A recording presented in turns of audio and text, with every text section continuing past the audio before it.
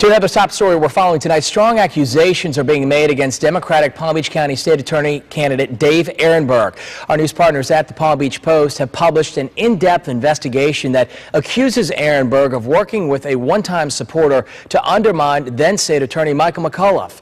And while Aronberg admits he brought to light, quote, truthful information about McAuliffe's office, he denies at least one of the biggest allegations, that he was involved in hiring actors to protest McAuliffe.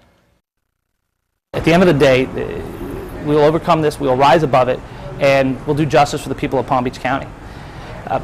I think it's important to know it's not just a dishonest political attack, but the allegations have also been repudiated by the source of the story.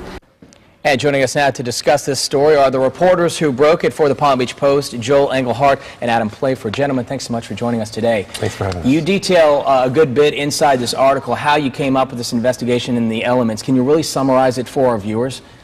The story's main focus was that Dave, before he announced his candidacy back in last year, worked with a millionaire to discredit the sitting state attorney.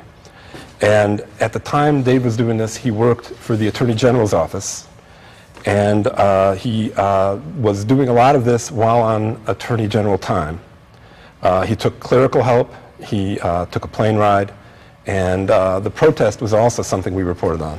Essentially, he started his campaign early, and one of the most vivid things that we were told by the millionaire, who later talked to us for quite a while, was this one particular protest where Dave asked him and his staff to put on a protest of the sitting state attorney, and told them, I'll help you find some people to be the protesters. And then when a few weeks passed and that hadn't happened, he turned to the millionaire, a guy named Marty O'Boyle, and said, I can't find anyone, can you do it? And they went out and hired people to do it.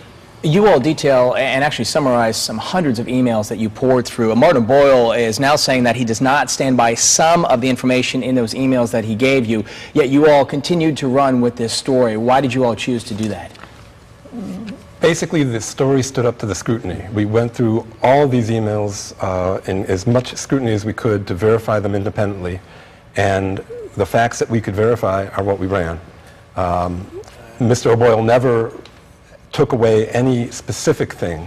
He said that he was angry and he was going to reconsider everything, but he didn't get specific in any way at all.